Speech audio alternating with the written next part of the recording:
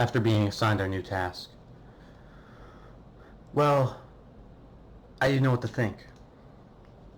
I was now redesignated, reactivated. I'm still an agent of the division. My purpose is still to protect what remains. However, now it's in this world. Now, I'm rolling with a new squad. Just kidding. They're not my new squad. We were just put together to be set up.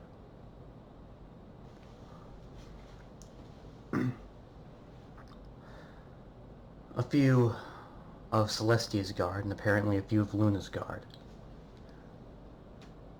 Some to take the day shift, some to take the night shift. The nobles looked at me. They were sneering, wondering what, yeah, actually, never mind, wondering what I was. Here's what my attire consisted of. I was wearing hiking boots. Actually, never mind, scratch that.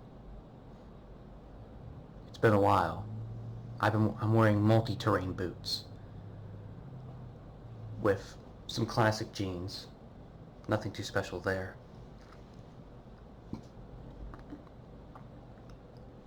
And I'm also wearing, well, nothing too special. I'm wearing a white t-shirt, but over that, I'm wearing just a plain blue white striped button-up.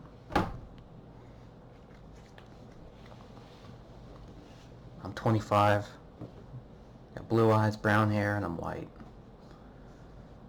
that's pretty much the sum and short of it.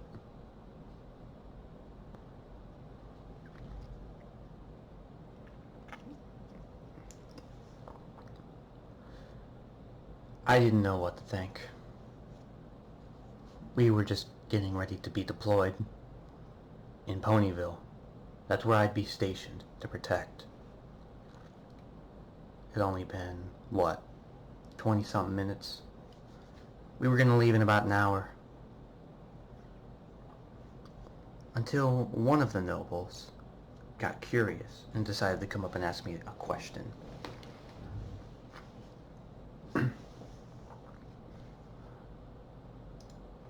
The noble came up to me and said, "So, what exactly are you?" I looked at him and decided to be a smartass. Not really, but it was a legitimate question. Do you mean occupation-wise, or do you mean what I am? Well, humor me. Why not both? Well, I'm a human. And occupation-wise, I'm an agent. He raised an eyebrow at this. An agent of what? Obviously, he was humored. I didn't know what he found so funny. I mean, scratch that. I guess I could see what he found funny.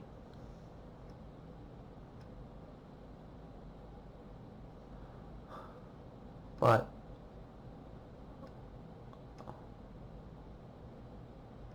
I guess I didn't really, well, care.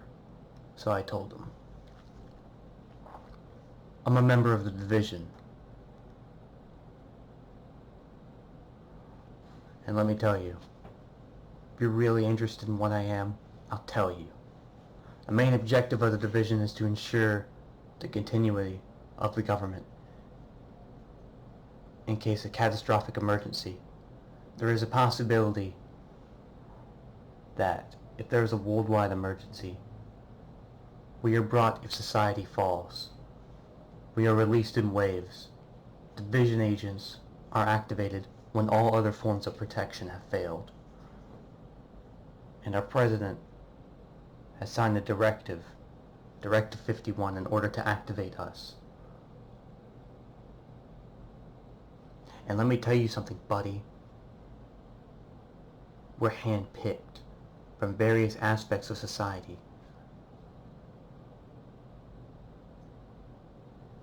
We're picked from the military, law enforcement. We're picked from the Intelligence Committee, Rescue Service or Engineering. We're handpicked. So don't you dare for a second think you're all that smart, because you're not.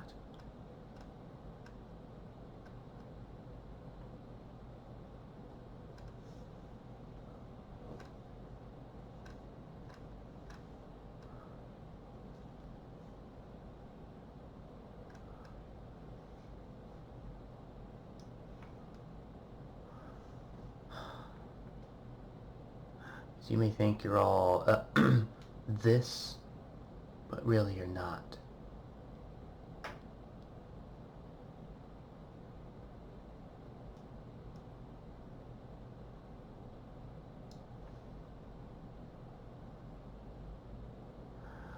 We are picked when everything fails.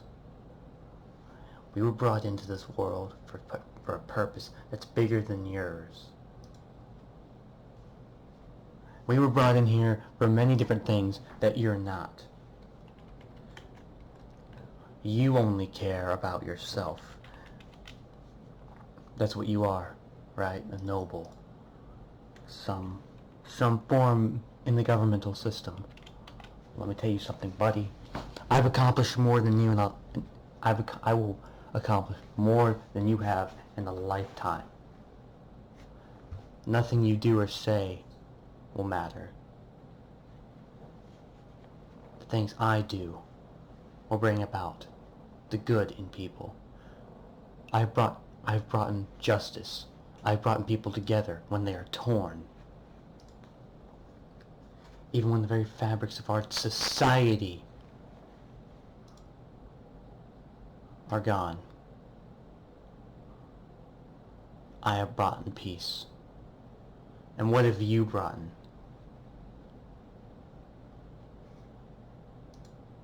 Tell me that right now.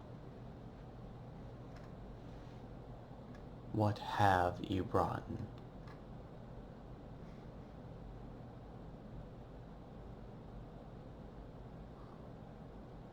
Practically nothing, to be honest with you. I doubt you've brought in anything.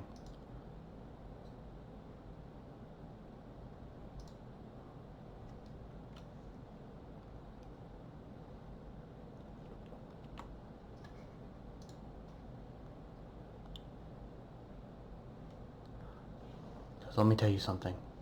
There are two kinds of people. The ones who need to be told, and the ones who figure it out all by themselves. Guess which kind you are, and guess which kind I am. So don't act so smart, buddy. And just like that, Scott walks off. Of course, to be expected. The noble's mouth was agape the entire time he was telling him off.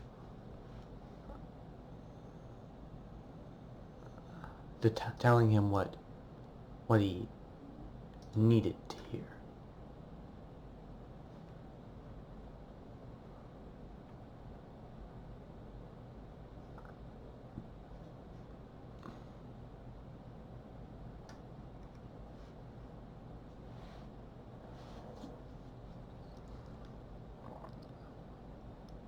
Scott later had met up with his friends, well, his team.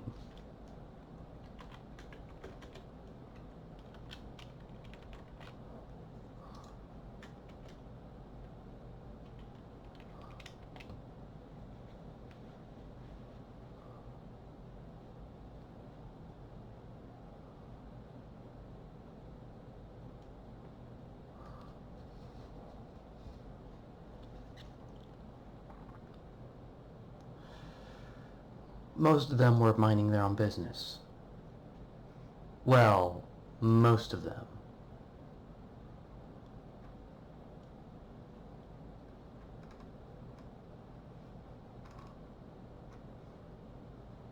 There was one... Well, that'd be an understatement. There was one who was a little curious.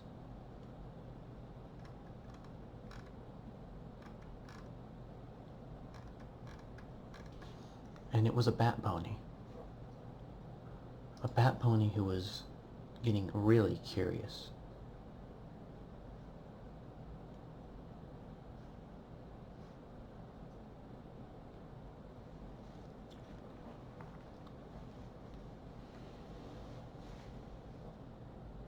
And went up to him. And just sat down as they were on a train. He took notice out of the side of his eyes, his peripheral vision, but decided not to say anything. He decided to remain quiet.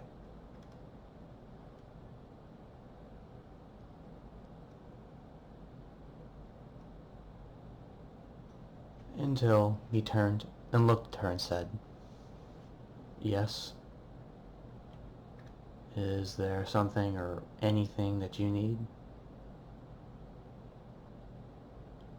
"Well, I just had a question was all." "Well, you can shoot for it. Ask me whatever you like."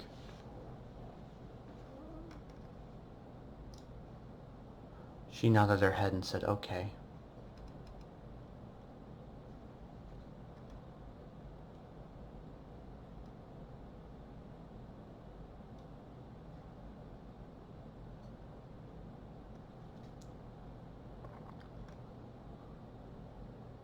"What was it like where you came from?" He raised an eyebrow at this and said, "Excuse me? Where you came from? What was it like?"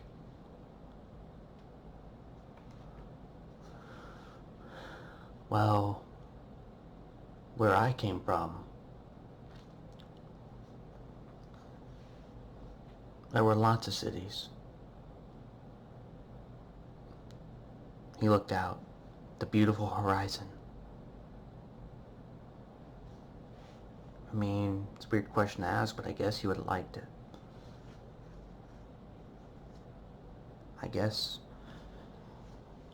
he would have liked it because there was a lot of things that made our Earth, Earth.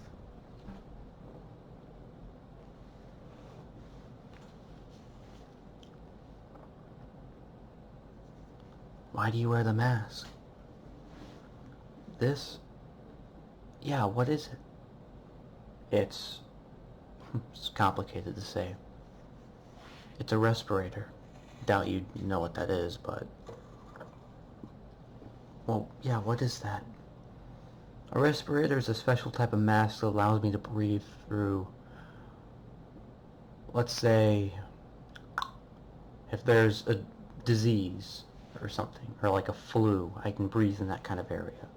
If there's a bunch of debris everywhere, and I don't want that getting in my lungs, I put the mask on, I can breathe. It helps me through a multitude of different terrains."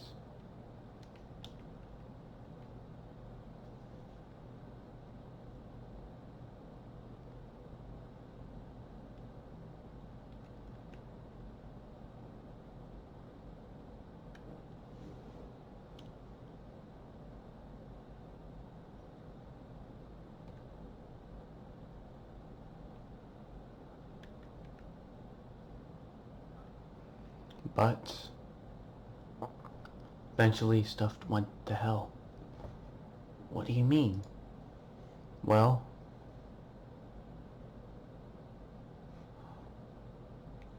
sometimes there are people out there who are different from the rest.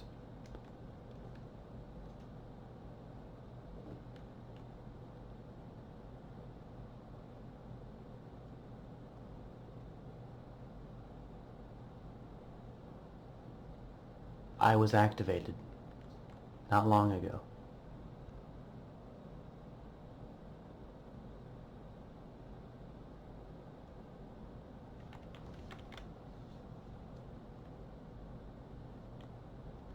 And first time I saw it on the news, they said it was a flu, but it turned out to be something else entirely. The soldiers followed their orders and isolated the sickness in a quarantine zone.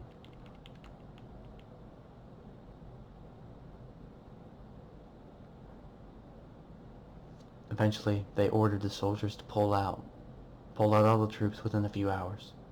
They left everything behind, in a zone saturated with contamination.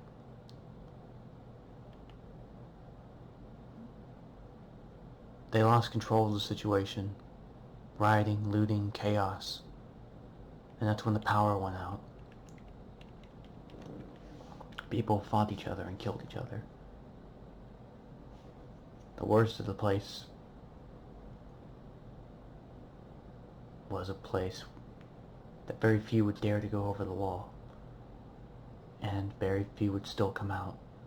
It's a place people call the Dark Zone, where the flu first broke out.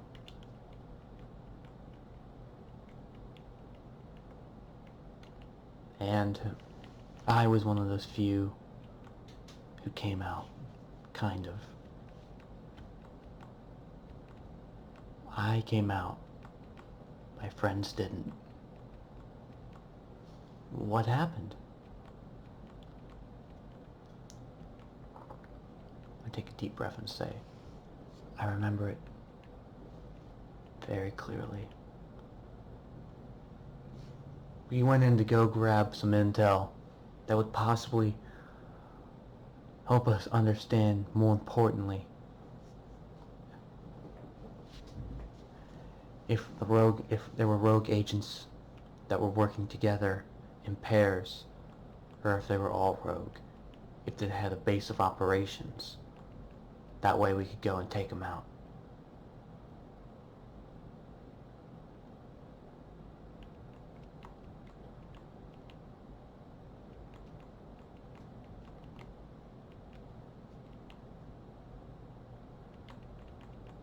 However, it didn't turn out well. Bruce, Michael, and her.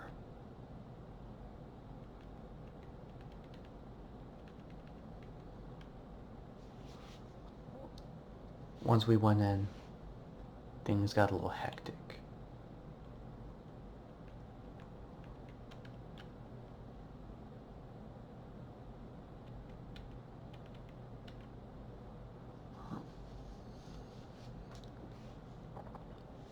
We went in. Turns out my best friend was a rogue and he killed Michael. She seemed visibly tense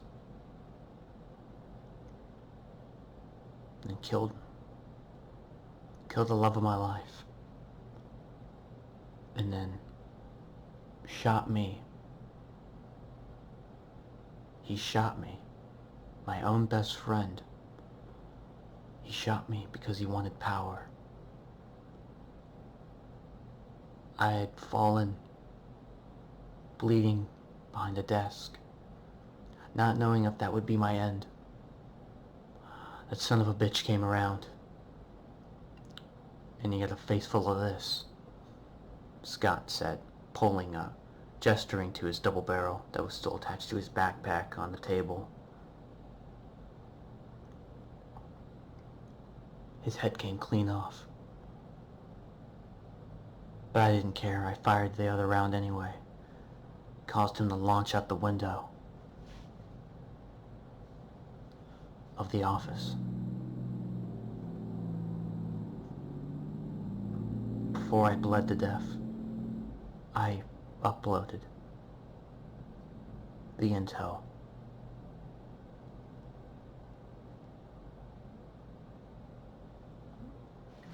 Eventually, Isaac had sent it, and I had crawled my body I crawled and rested my head on her. As I bled to death, I held her. And then everything faded away.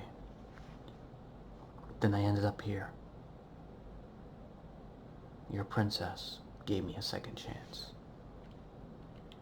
Whether that was a good choice or a bad choice, I don't know.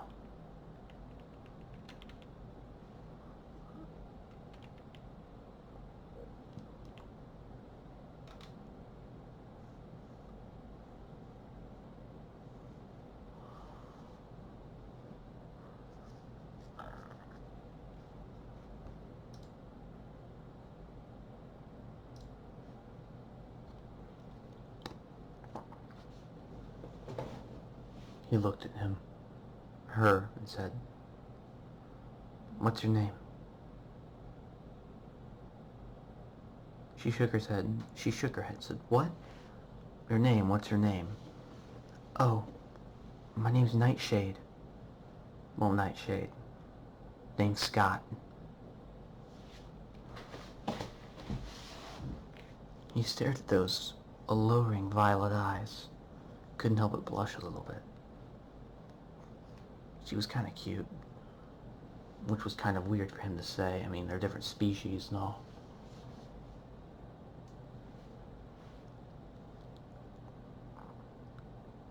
He said, "Look, I'm just gonna get some rest, okay?" She nodded and said, "Get some rest. Sounds like it's been a little rough." He nodded, laying his head back, pulling the cap over his eyes, and gently fading into a dreamless, restless sleep.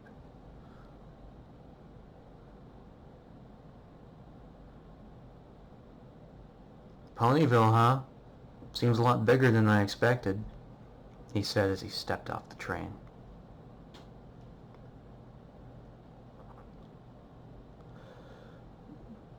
As the soldiers walked into town, so did he, walking with them. The citizens were cheering till they saw Scott. They seemed shocked and surprised. One of the little ones had dropped their doll.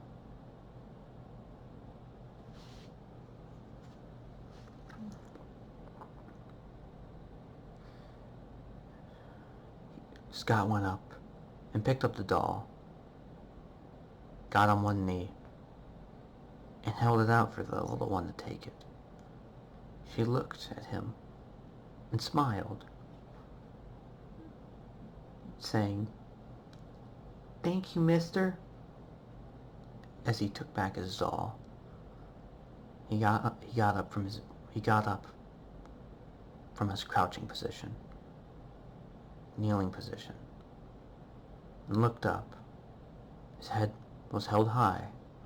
He was proud as he was walking.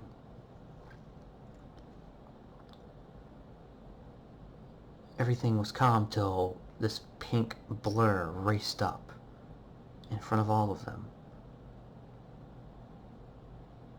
and said, "Well, you're all new here in Ponyville. That's really good to hear. Twilight told me all about it. I just need to throw all of you a super fun, spectacular party," she said. Scott raised an eyebrow. He'd never gotten a welcoming like that. He was used to everyone just thanking him and him going on his way.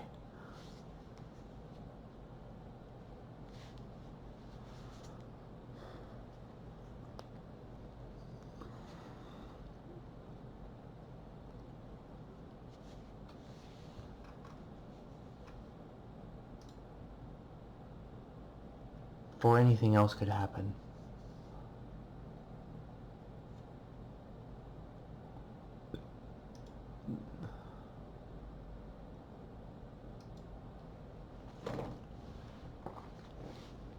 there was a cake. Never mind, scratch that. There was a bunch of tables with a bunch of cake and a bunch of pastries. Scott looked at them, as all the other soldiers had indulged themselves in the sweets, and Pinky was singing to them.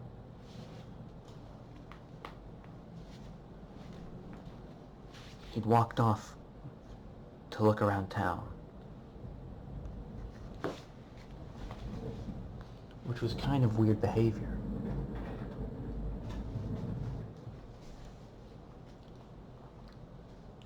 People didn't know what to think of Scott.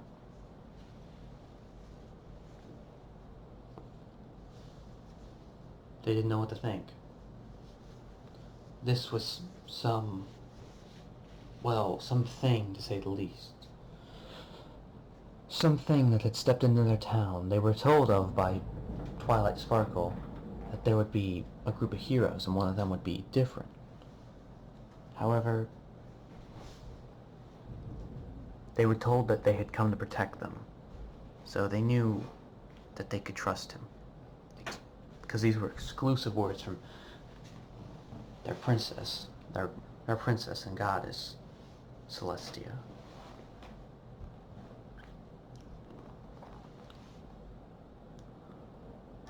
So, what ended up happening a little bit later?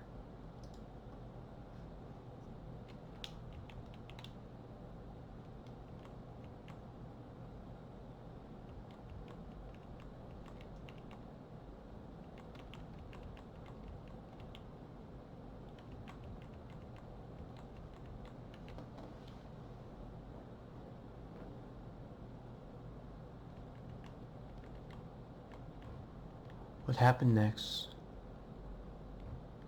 was nothing short or nothing less of, anything, to be honest.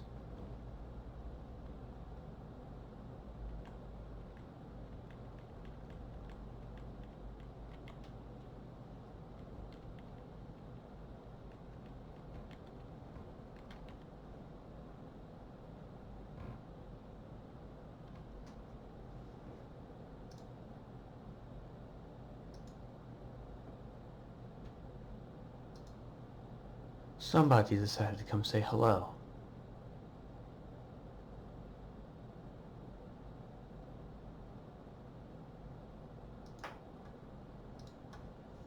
A different kind of man. Just joking, it was a female. And her name...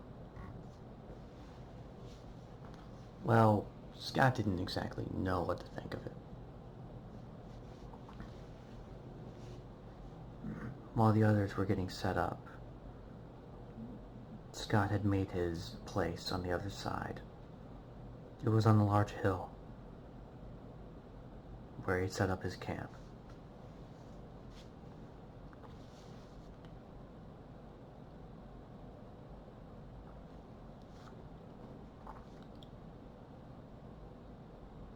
What they had seen, the main six, not all of them, but what she had seen, was this person.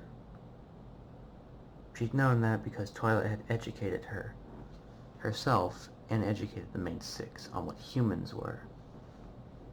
Because that's what Celestia had said. They were old myth, but there was one here. She was shy, but decided to approach anyway. She trotted from beneath the hill to the top, staring at him. She saw he had a very sharp object. As he was sitting his back. He was sitting his back against one of the logs. And there was a curve in the log right next to him, and he was carving into it, lazily sitting there. Fluttershy stood there for about maybe 10 or 15 minutes. Nervous, he said. And then he spoke up and said, "You gonna come say hello, or are you just gonna stare at me weird?" She didn't know what to think. But she decided to indulge herself. Trotted up to him very slowly and said, "Hello, my name's Fluttershy." "What's your name?" he said, turning his head and looking at her, giving her her full attention.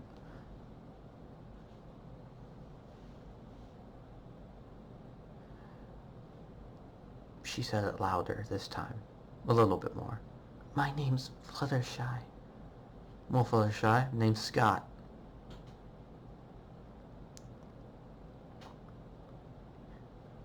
He looked at her ass tattoo. Well, I was sorry, her cutie mark, to say the least. Said, "3 butterflies, huh? Celestia told me about them. Well, not about yours, but the cutie marks or whatever."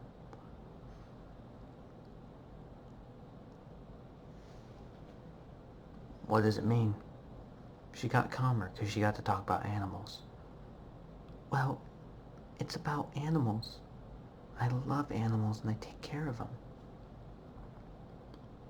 He smiled and said, "Back where I came from, I loved dogs. I took care of them and helped them and stuff like that." "Really?" "Yeah, anyway, look, I'd love to chat, but I gotta finish building my camp, so... No, I don't want you to help me. Just head on down to the party. I'll join you later, I guess." She said, "Okay." She nodded very gently and trotted off. Nighttime now. Scott sat there, with a fire going, staring up at the stars. His gun still in hand.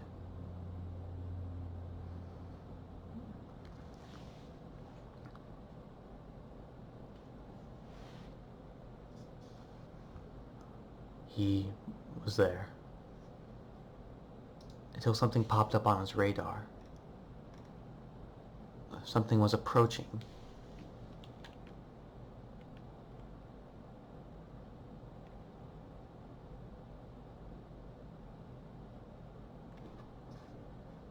And what was approaching, he didn't know.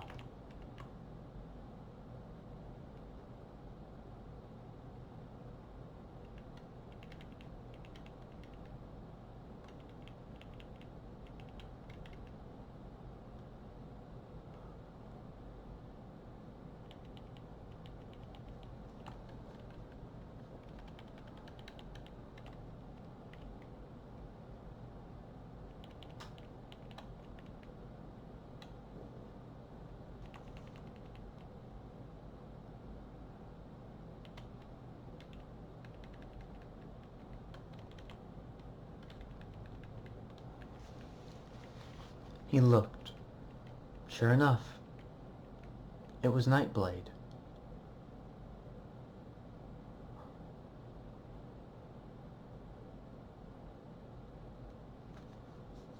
That's what he called her from now on.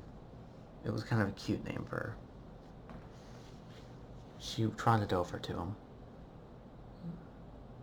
He rolled his eyes and went into his tent. It was a big tent, but he didn't care. He laid down. She trotted in and laid down next to him and said, "You really think you can get away that easy?" He looked and just thought, she has her personality and everything. He booped her on the nose and said, "Not really. I don't expect to get far from you." He smirked. He said, "Do you mind?" He said, holding out his hand. She said, "Mind what?" He put his hand out and began gently scratching the side of her ear. Eventually she made soft cooing sounds. Eventually he pulled her in closer, running his hand through her mane. She snuggled up, her head laying on his chest. She fell into a deep sleep, and he stood awake. He stood awake. He would lay there, laying awake, for quite a while, until again he would drift off in yet another dreamless sleep.